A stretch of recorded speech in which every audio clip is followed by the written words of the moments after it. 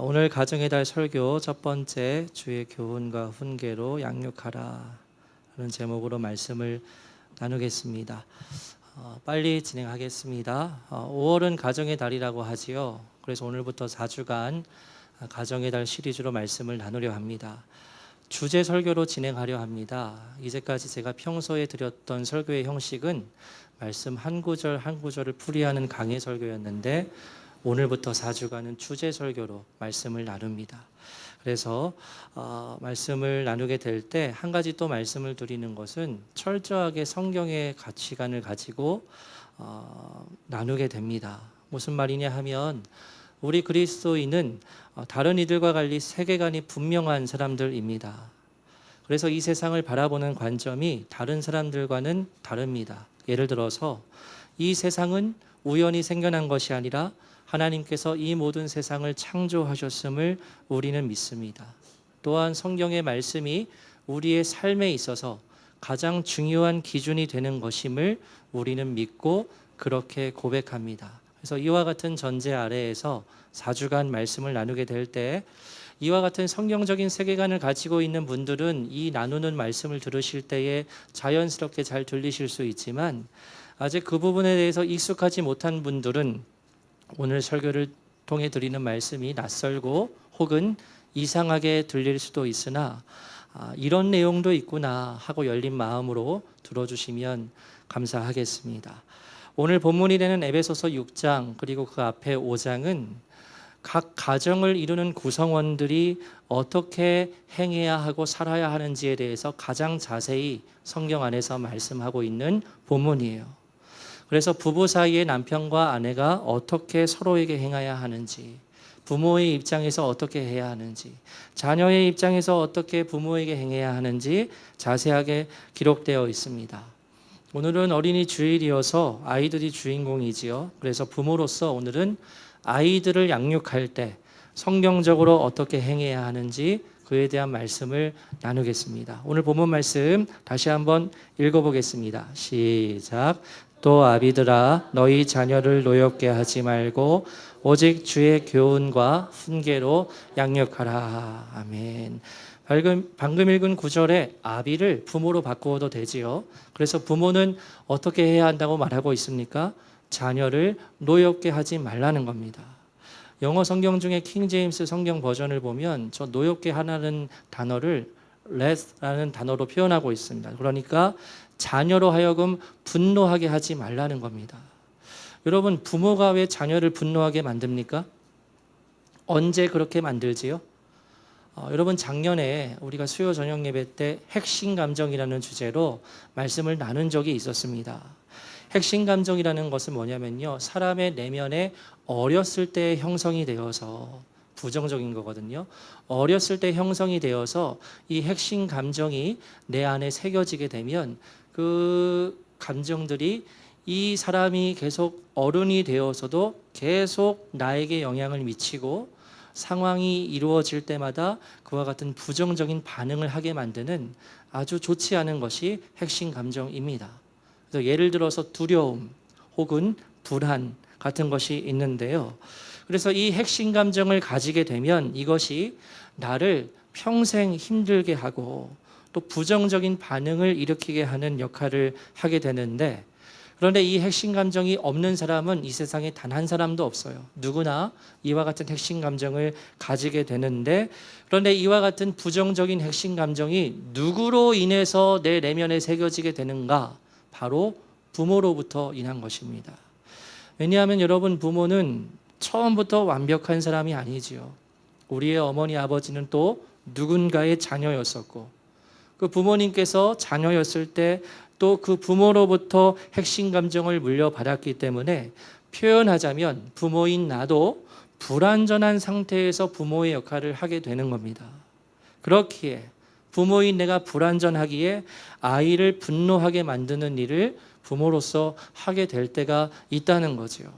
그래서 오늘 본문의 말씀에서 부모들에게 말하기를 너희 자녀를 노엽게 하지 말라고 말해요. 이 말씀은 부모도 곧 불완전한 존재이며 하나님 앞에서 바로 서야 할 존재임을 말하는 것입니다. 그러면 여러분, 부모로서 우리가 어떻게 우리의 자녀를 노엽게 하지 않을 수 있을까요?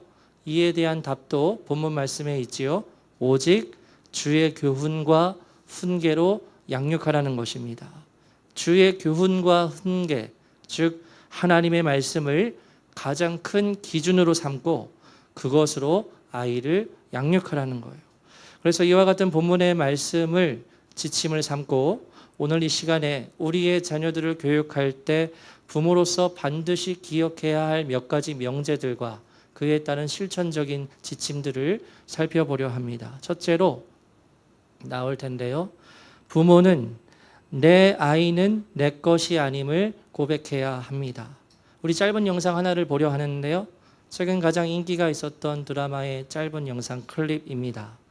두 남녀가 결혼을 하려 해요. 그런데 시어머니 될 예비 시어머니가 이 며느리가 정말 마음에 안 듭니다. 내 아들이 너무 아까운 겁니다. 그래서 결혼을 어떻게든 반대하려 하는데 그래서 이 어머니로 인해 결혼이 무산이 되고 아들은 다른 사람과 결혼을 하게 되고 그리고 시간이 지나서 이제 행복해야 할 것 같은데 행복하지가 않은 거죠. 영상을 잠깐 보겠습니다. 지금 파혼을 하겠다는 소리야? 네가 제발 가만히만 계세요. 가만히만. 내가 왜 가만히 있어? 네 인생의 파라리 내 지분이야. 너는 내 프라이드고 내 인생이고. 어머님이 지금 살고 계신 인생 그거 영범이 거라고요. 그렇게 금명과 파혼하고 영범은 어머니가 골라준 여자와 결혼하게 된다. 애비 술 먹지 마라. 그만 좀 해라. 그만 좀. 내가 너를 어떻게 키웠는데. 어머니 평생 어머님은 불쌍하시죠? 저는요. 네가 뭐가 힘들어? 네가 예민한 거지. 나는 다 너 위해 그랬어. 너는 계란겹을 쓰면 더 불행했어. 네가 어떻게 나한테 이래? 너는 내 인생이야. 제 인생이에요. 제 인생. 나 바라는 건 한 번도 못 가져보는 병신 같은 제 인생이라고요. 그래도 어머니라도 행복하셔서 됐어요. 행복하시죠? 아유, 제 결혼식에서 오직 어머니만 웃고 계시잖아요. 네, 여기까지입니다. 영상의 제목이 자식 인생을 망치는 부모의 특징 이렇게 되어 있어요. 아주 적나라하지요. 영상에서 부모로서 어머니가 말합니다. 너 인생의 파라리 내 지분이야. 너는 내 프라이드고 내 인생이야 하고 그렇게 말하죠. 그리고 영상 말미에도 나오지만 똑같아요. 너는 내 인생이야 하고 말하죠. 여러분 이 드라마를 보면 누구나 다 이렇게 생각을 하게 될 거예요. 어떤 생각이냐면 자식이 결혼하는 건데 아들의 인생이 아들 거지 왜 자기 거라고 하나 너무 엄마가 집착을 하네 하고 이 영상을 보면 다들 그렇게 생각을 하실 거예요. 그런데 여러분 우리는 이러한 영상을 볼 때 그와 같은 생각을 넘어서서 어디까지 생각을 할 수 있어야 합니까? 우리 자녀의 인생은 부모인 우리 것도 아니고 내 자녀의 것도 아니라 누구의 것이라고 고백할 수 있어야 합니까? 하나님의 것이죠. 내 자녀는 바로 하나님의 것임을 부모로서 우리는 고백할 수 있어야 합니다. 우리 시편 한 구절 함께 읽겠습니다. 시작. 보라 자식들은 여호와의 기업이요 대열매는 그의 상급이로다. 아멘. 여러분 기업과 상급은 그것을 가지고 있는 사람의 소유예요. 소유. 기업과 상급은 그 사람의 소유입니다. 그러면 여러분 우리의 자녀는 누구의 기업이자 상급이라고 말합니까?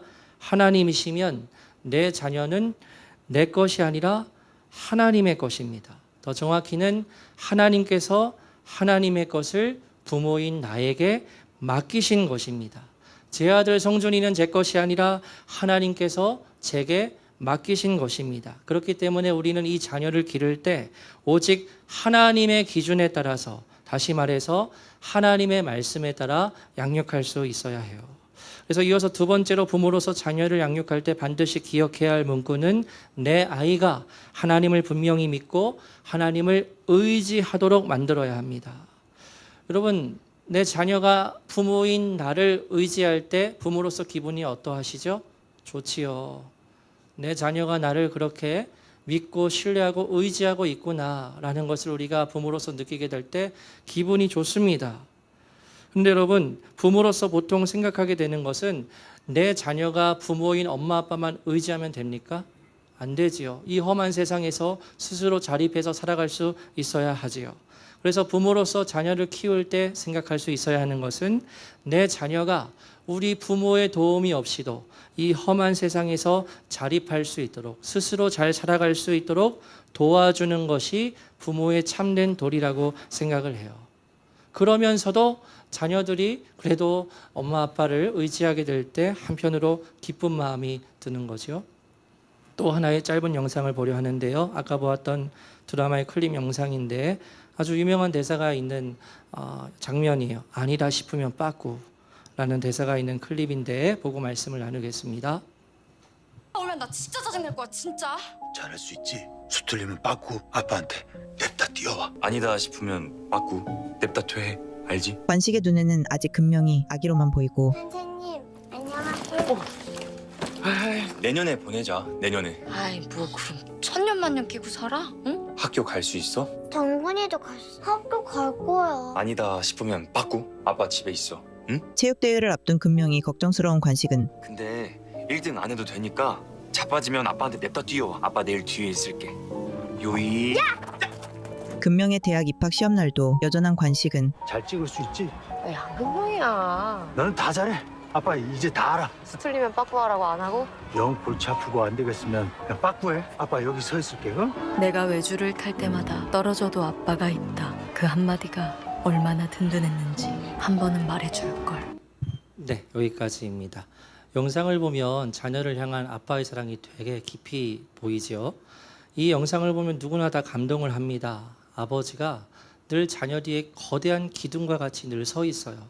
자녀가 외주를 타다 밑으로 떨어지면 이 아버지는 언제든지 안전히 붙잡을 준비를 하고 있습니다. 그래서 아니다 싶으면 빠꾸라는 이 대사를 보게 될 때 마음에 감동이 일어나는 거죠.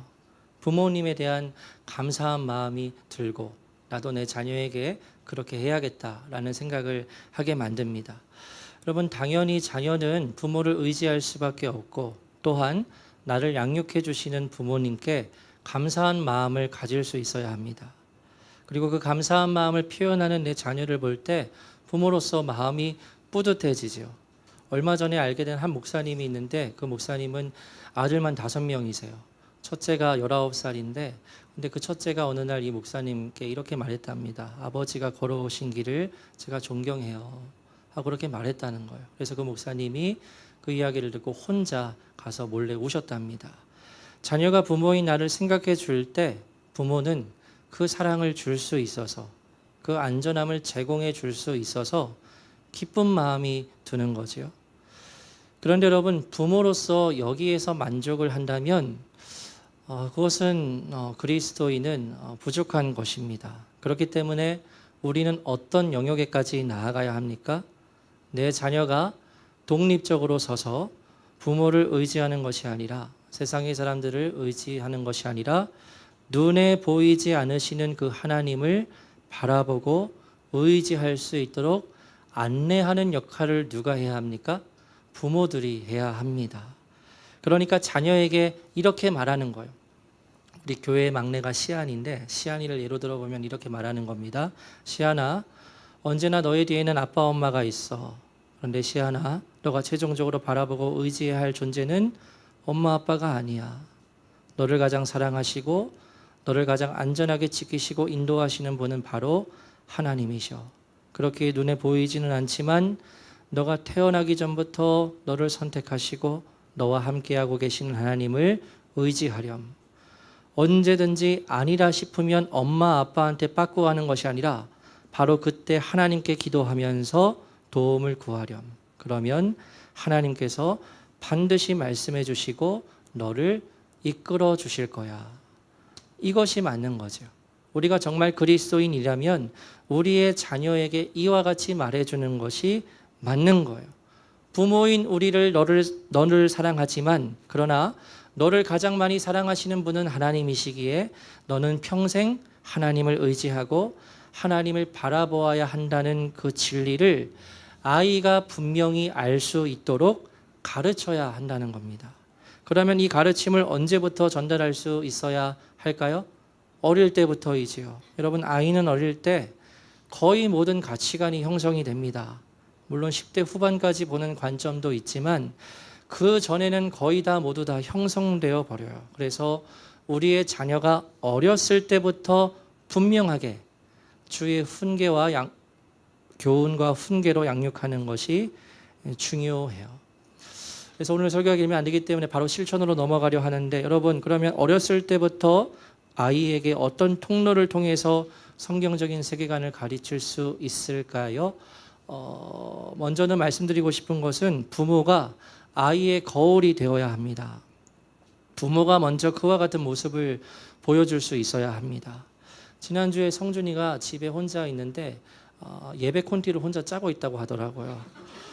혼자 성경 본문의 말씀 전하고요, 설교문 써놓고요, 찬양도 선곡을 하고 가사 써놓고 마무리하는 기도까지 써놓았어요. 그리고 자기가 담임 목사래요. 교회 이름도 정했습니다. 예수사랑교회래요. 그래서 그것을 보는데 이야, 정말 무섭다. 보고 듣는 대로 이렇게 하게 되는구나 하는 생각을 했어요. 그리고 말했죠. 절대 안 돼. 목사 되면 절대 안 돼. 제가 이렇게 말했어요. 하나님께서 부르시면 가지만 아니야. 의사해, 의사. 제가 이렇게 말했어요.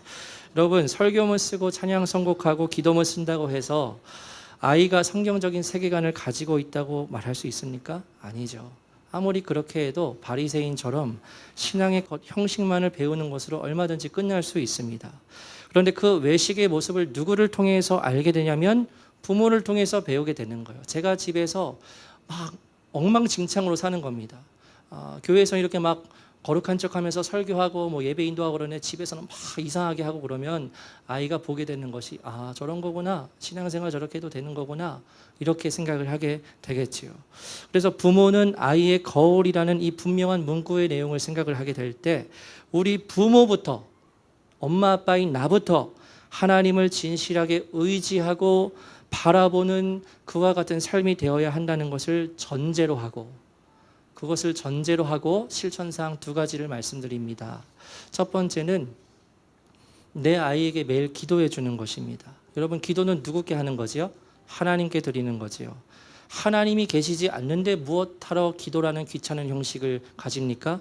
필요가 없지요. 그래서 아이에게 부모로서 기도해 준다는 것은 기도를 하는 내 엄마 아빠가 하나님을 분명히 믿고 있다는 것을 아이가 자연스럽게 인지하게 됩니다. 그래서 여러분, 매일 자녀에게 기도해 주시면 너무 좋아요. 아이가 일어났을 때, 혹은 아이가 등원을 할 때, 아니면 잠을 자기 전에 부모님이 아이와 같이 기도하면서 기도해 주시는 거지요. 그리고 밥 먹을 때는 당연히 기도하는 건 맞고요. 그래서 그 함께 기도하는 시간은 짧아도 됩니다. 아주 짧아도 좋습니다. 중요한 것은 부모님이 아이와 함께 기도하는 거예요. 그럴 때 아이는 어떤 점을 자연스럽게 깨닫게 됩니까? 아빠 엄마가 하나님께 기도를 하네? 그러면 정말 하나님이란 분이 진짜 계시나 보구나 하고서 자연스럽게 인지를 하게 됩니다. 그렇게 어렸을 때 자연스럽게 믿음이 스며들게 하는 것이 중요해요. 그런데 그 어린 시절을 놓치고 10대 중후반이 되었을 때 하나님이 살아계셔 하고 아무리 설명해도, 설득하려 해도 그때 아이는 이미 자연스럽게 하나님을 인지하고 받아들이기가 어렵게 됩니다. 그래서 그때는 이제 2박 3일, 3박 4일 하나님께 집중할 수 있는 강력한 은혜의 시간이 필요한 거지요. 그래서 수련회에 가서 정말 강력한 집중하는 시간을 통해서 또 살아계신 하나님을 만나고 또 그렇게 변화될 수 있는 길이 있어요. 그래서 여러분, 부모로서 매일 여러분의 자녀와 함께 기도하는 시간을 가지십시오. 할아버지 할머니도 아닙니다. 가장 가까운 부모가 직접 해야 합니다. 내 엄마 아빠가 하나님께 기도하는 모습을 보여주세요. 두 번째입니다. 마지막인데요. 여러분, 가정예배가 정말 중요한 기회가 됩니다. 일주일에 한 번이라도 시간을 내어서 함께 가정예배를 꼭 드리시면 좋습니다. 내 어린 자녀와 어떻게 가정예배를 드려야 할까 막막하실 수 있는데요. 그래서 이 부분에 대해서 안내의 말씀을 간단히 드리면 이와 같은 순서로 하시면 됩니다. 찬양 한 곡 부르시고 성경 한 챕터 읽으시고 이야기로 그 성경의 내용을 설명해 주시고 짧게 기도하시고 주기도문으로 끝내시면 됩니다. 제가 어렸을 때는 제 이제 상황 때문에 저는 찬송가를 많이 알아서 가정 예배를 드릴 때 오늘은 찬송가 몇 장 하고 이렇게 한 곡을 불렀거든요. 그러나 어린 친구가 찬송가의 찬송들을 많이 알기는 어렵지요. 그래서 그때는 찬양 한두 곡을 정해서 반복해서 그 찬양을 부르면 좋습니다. 오늘 특송을 했던 나는 예배자입니다. 그 찬송을 시작할 때 부르는 거예요. 1년 동안 불러도 됩니다. 그래서 제가 어렸을 때는, 제가 찬송가를 잘 몰랐을 때는 항상 1년 동안 넘게도 불렀던 찬양, 동일한 찬양이 그때 찬송가 28장. 갑자기 생각이 제가 여기 복의 그거요. 복의 그는 강림하서 그냥 1년 동안 내리 불렀어요. 그냥 그 하나만. 근데 그러면서 이제 가정 예배를 드린 거죠. 그래서 찬양을 바꿀 필요가 없습니다. 쉬운 찬양 한 곡을 선곡해서 한 곡을 부르고, 그 다음에 성경 본문을 읽는데요. 가족 모두가 성경책 한 권을 가지고 자녀가 글씨를 몰라도 조금 그 챕터를 읽을 때 손가락으로 자녀와 함께 보면서 한 글자씩 천천히 읽어 나가신 다음에, 그 다음에 이야기를 전달하실 때 마치 구연 동화를 하듯이 그냥 그렇게 자연스럽게 이야기를 해주시면 됩니다. 그래서 성경은 복음서 이야기가 좋습니다. 예수님에 대한 이야기를 정해서 그 한 챕터를 읽으시고 그 성경의 이야기를 전달하시면 되어요. 예를 들어서 누구누구야 예수님께서 제자들을 부르셨는데 그 제자들이 물고기를 잡고 있다가 배도 버리고 그물도 버리고 가족들도 뒤로 하고 그 제자들이 예수님을 쫓아갔대. 여기까지 말씀하시면 돼요. 뭐 무슨 아이들에게 적용까지 할 필요는 없습니다. 예수님께서 제자들을 쫓아갔듯이 너도 예수님을 나중에 반드시 쫓는 삶을 살아가야 해. 여기까지 하실 필요 없어요. 그냥 이야기만 전달하시면 됩니다. 물론 아이가 그 메시지를 이해할 수 있는 때가 오면 적용까지 하시면 좋지만 처음에는 그냥 성경의 줄거리를 재미있게 잘 설명해 주시면 돼요. 그리고 마지막으로 부모님 중에 한 분이 간단하게 아이가 이해할 수 있게 쉽게 마무리 기도를 하시고 그 다음에 함께 주기도문으로 예배를 마치면 됩니다. 10분이면 끝납니다. 10분이면. 그래서 일주일에 한 번 우선 시작을 해보시면 좋지 않을까 하는 말씀을 드리고요. 저는 어렸을 때 평일 아침 매일 예배를 드렸지만 지금 바쁜 현대인의 삶에서 그렇게 할 수 있겠습니까? 없지요. 그래서 주말에 시간을 내셔서 가정 예배 시간을 꼭 가지면 좋겠다는 말씀을 드립니다. 가정 예배에 대한 기억은요, 자녀들에게 있어서 평생 갑니다.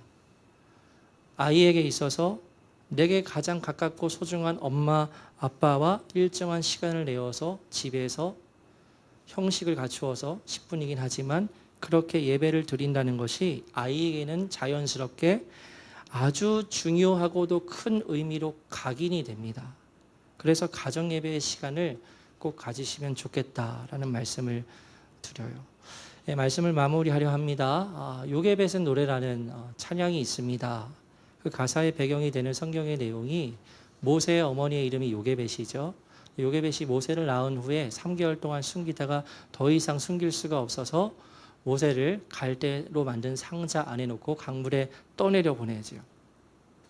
그래서 그 장면을 모티브로 지은 찬양의 제목이 요게벳의 노래인 찬양인데 그 찬양의 후렴을 보면 이와 같은 가사가 있습니다. 너의 삶의 참주인, 너의 참 부모이신 하나님 그 손에 너의 삶을 맡긴다라는 가사가 나와요. 이따 함께 부를 겁니다. 부모로서 마음이 참 짠해지는 가사라 할 수 있지요. 부모로서 우리의 자녀를 하나님께 온전히 맡긴다는 믿음을 표현한 그와 같은 찬양인데요. 여러분, 이 찬양의 가사처럼 우리의 자녀는 우리의 것이 아님을 분명히 고백해야 합니다. 우리의 자녀는 하나님께서 부모인 내게 맡기신 소중한 존재이기 때문에 이 자녀로 하여금 부모인 우리를 의지하기도 하지만 무엇보다 하나님을 의지하고 바라볼 수 있도록 양육해야 합니다.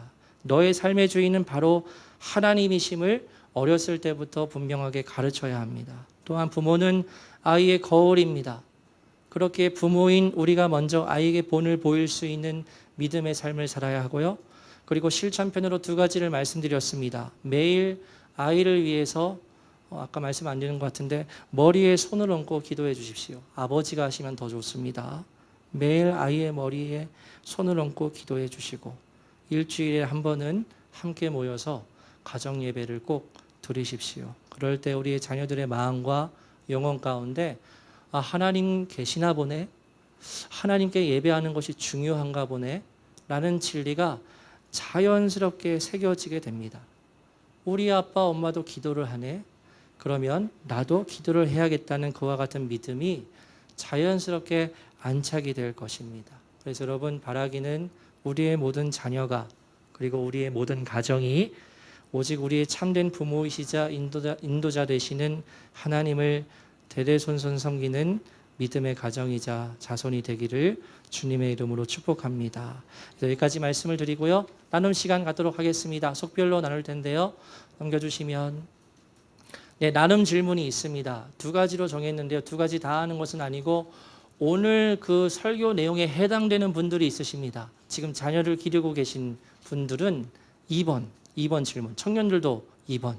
아직 부모는 아니지만 예비 부모로서 2번 질문을 나누어 주시면 됩니다. 오늘 듣게 된 말씀을 앞으로 어떻게 적용할 수 있겠습니까? 그리고 이제 자녀들을 다 키우신 분들은 1번. 나는 내 자녀를 어떻게 신앙으로 양육했습니까? 라는 질문으로 나누겠습니다. 지금 바로 흩어지실 텐데요. 네, 유아실은 부부 4속, 여기는 청년, 여기 앞쪽에는 부부 2속, 뒤쪽은 부부 3속, 여기 앞쪽에는 부부 1속, 뒤에는 시니어속 해서 나눔의 시간을 15분, 20분 정도 갖겠습니다. 찬양 들어주시고, 네, 뭐 상 가져오실 필요 없고요. 의자만 이렇게 앞뒤로 하셔서 나누는 시간 갖겠습니다. 물이 새